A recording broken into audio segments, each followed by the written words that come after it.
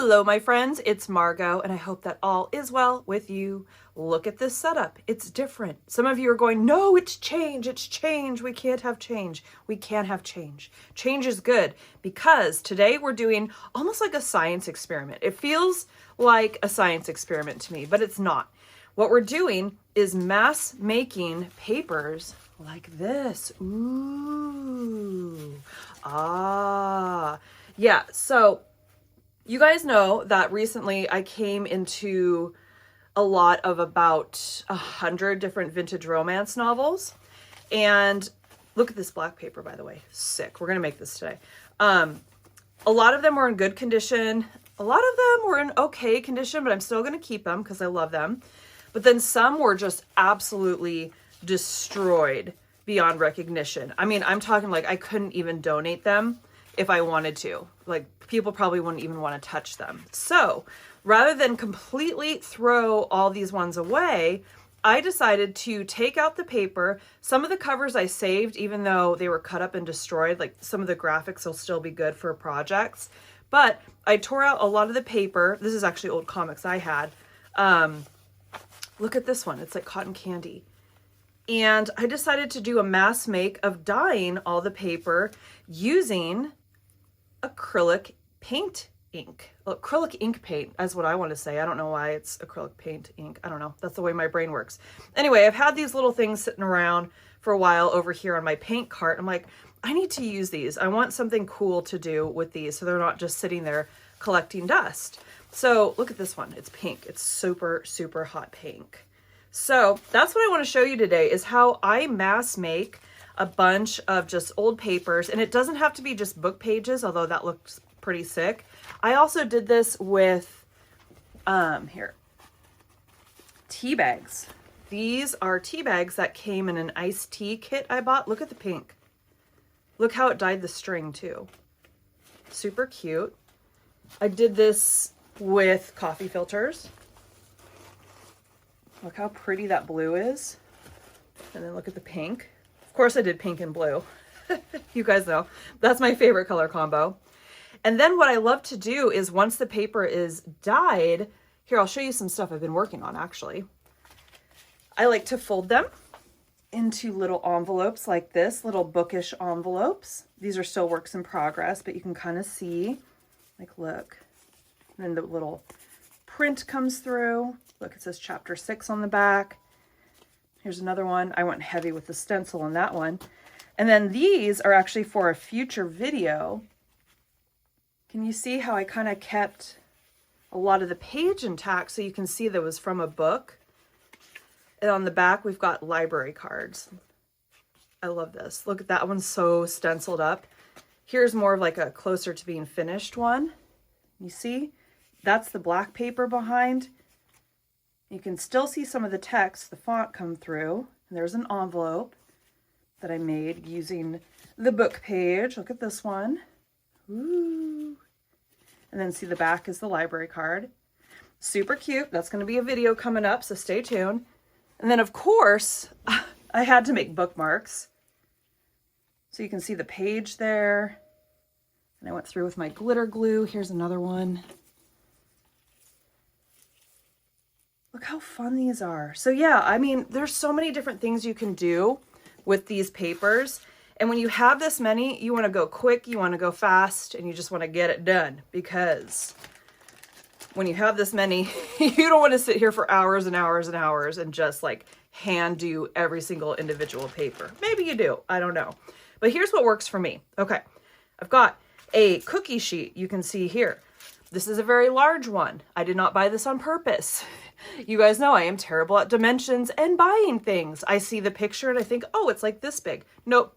This arrived and it was the size of a garage, but it actually works out in my favor. So I recommend having some type of container, some kind of surface with a lid to it, a lip to it. So if the water or the ink spills, it's not going to go all over your table. I also recommend having the larger size, like these are, I think, the gallon size freezer Ziploc bags. And you can see I've gone ahead and I've filled them with about a little more than half a cup of just tap water, like that. You're going to need some acrylic ink paint or acrylic paint ink. I don't know why I keep messing those up. Hi, dyslexia, it's fine. Love having a neurodivergent brain. Anyway, you're gonna need this. I am actually probably going to invest in a new set of these, probably neon, which will come as no surprise to anybody, and see how that kind of paint works on this paper. So you'll need those. And then optional is watercolor. And I'll show you what I like to do to take things a step further with that. So that's going to be the next step once we go through the initial process.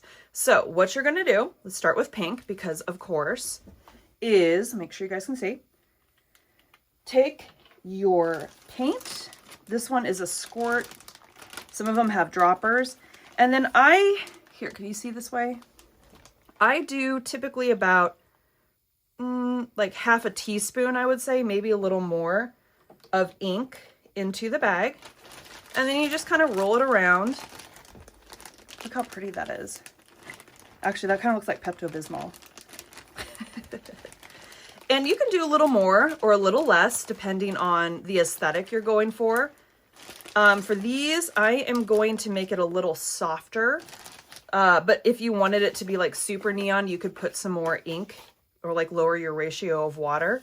It's up to you. So once you've got that, I would say take about, I don't know, 4 or 5 of your papers, stick it into the bag, nothing ceremonial, just put it in, press it down. And then just to keep things clean and extra safe, close the bag like so. And then you just kind of massage it around, give it a bath, pretend like you're cleaning the paper. And the reason I recommend doing the acrylic ink is a lot of these book pages have been treated with something. I don't know what it is. So like water kind of glides off of it. I tried doing this with watercolors. I tried doing this with acrylic paint and water. It didn't work. For some reason, it seems to really like the acrylic ink.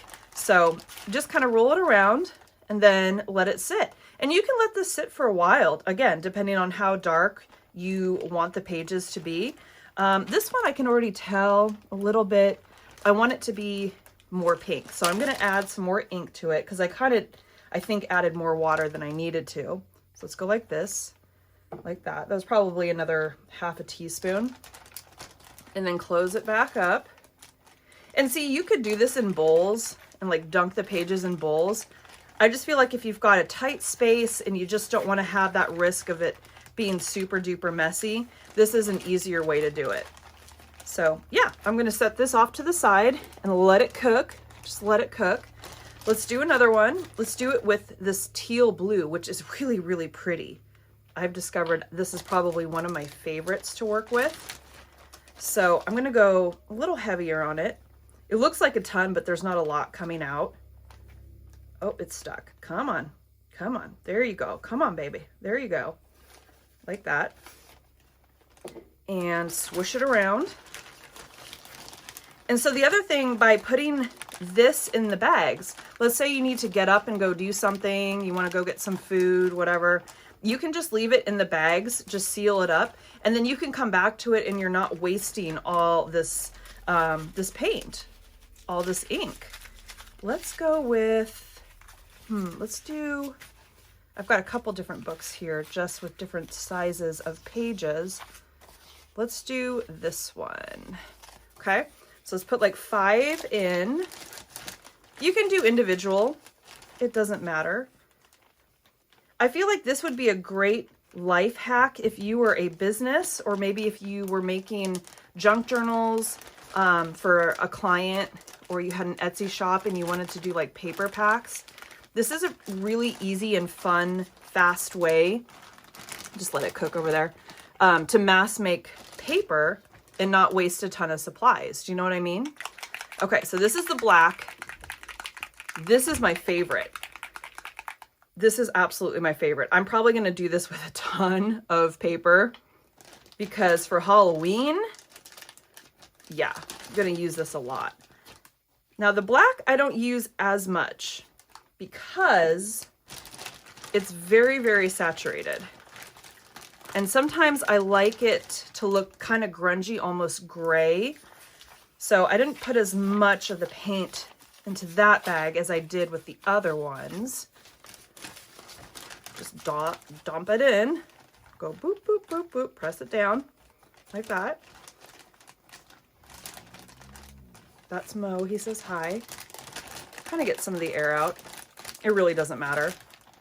And then, yeah, see, just let it cook. Oh, this one's immediately taking to it. Here, can you see? Look. Isn't that cool? I just think this is so fun to do. So I'm gonna set that off to the side there. And let's check on our pink one. Let's see. Yes, it's working. It's working. Now, if I wasn't making a video, I would probably leave this in just a little bit longer, but it is going to be a very nice, soft, almost rose color. The other thing I've discovered, ooh, I'm covered in black water there, is, oh, just really fast to take it out. Just pull it up.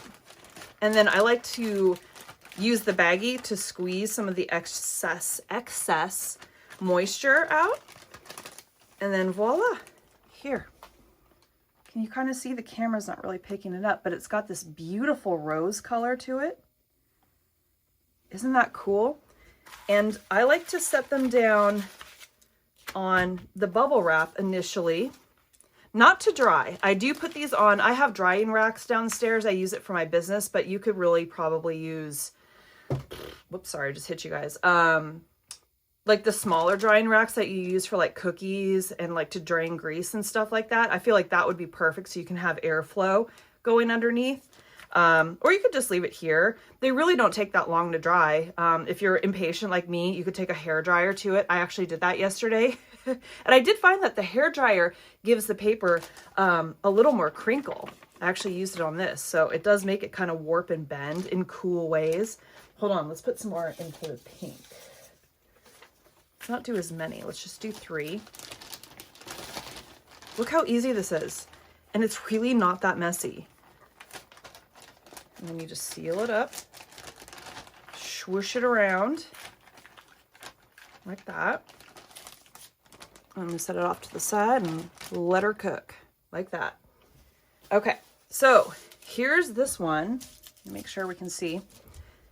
Now, I want to kind of make this a little more interesting. So I'm going to take my bathtub that needs to be cleaned, full of water. This is what I use for my watercolor.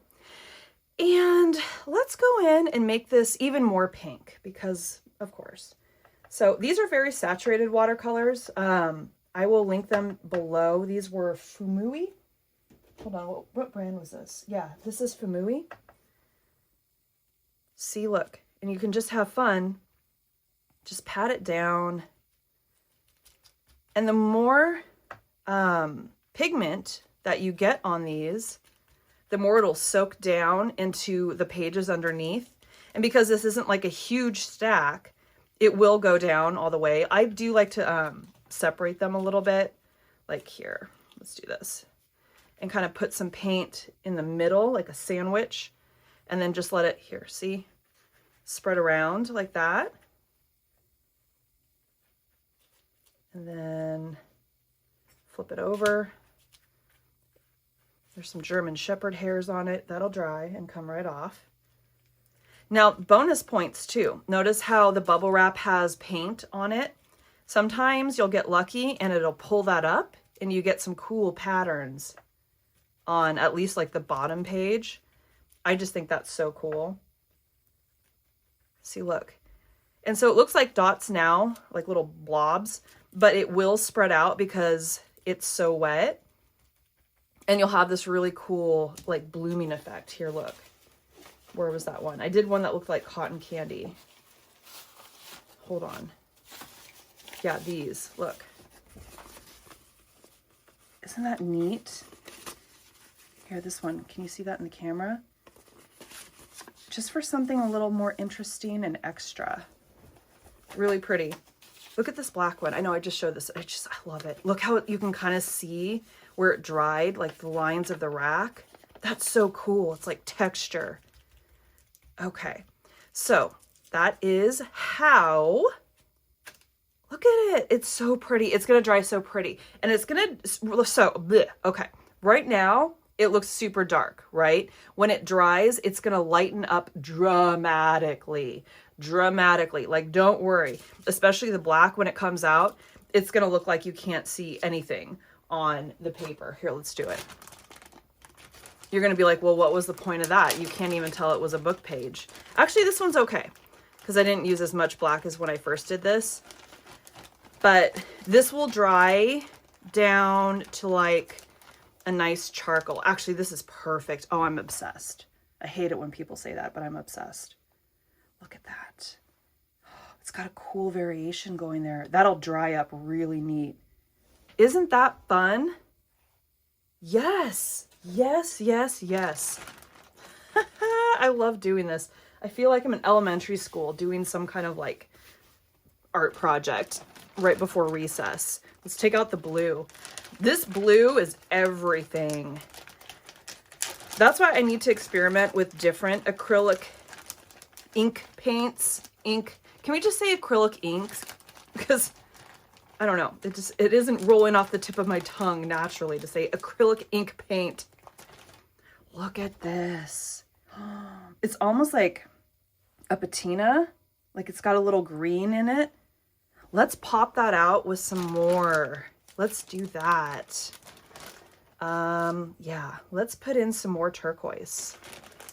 Here, can you see it? Let me move this. This one. One of you guys said this looked like a swimming pool, and yes, it 100% does. This color right here. Isn't that cool? Look. This is pretty. You know what else I'm going to do? Hold on. I'm also going to put in some brown because I love that idea of this almost looking like rusted out paper. Let's do this one, kind of like an ochre. Let's see what that does. Oh, it's more yellow. That's okay. We're just experimenting. Actually, this might work out kind of fun. I like the contrast of the cool tones with the warm. I just hope this doesn't look like a dog went potty on it. Because right now it does. That's okay. Let's do the middle. And see. Let me get a couple here. Lift it up. Let's put some blue. Boop, boop. See, it already went down into the center there. So it does drip down and create cool patterns. To put some more of the yellow there. Hopefully that blends together and creates a really cool green. Yeah, I don't know if that's going to work. We'll see. We'll see. I was hoping this was more brown. It looks brown-ish in the tray. But then when I took it off over here, I'm like, that's yellow. So it's fine. It's okay. Maybe it'll dry different. You get the idea. So that is how I like to mass make papers. It's so fun. You guys have to try this and you have to do it and you have to tell me how it goes. Like I said, you don't have to just use book pages. Do coffee filters, do wax paper. Well, actually wax paper probably won't work, but like deli paper, parchment paper, tea bags, like I said. And then in another video, I'm going to use these papers and we're going to make a whole bunch of fun projects with them. But I just wanted to show you the actual nuts and bolts of the process today. So this is probably going to be a shorter video, which is weird for me. So yeah, hope you guys enjoyed. Hope this inspired you. And if I don't talk to you, I will see you in the next video. Okay, bye.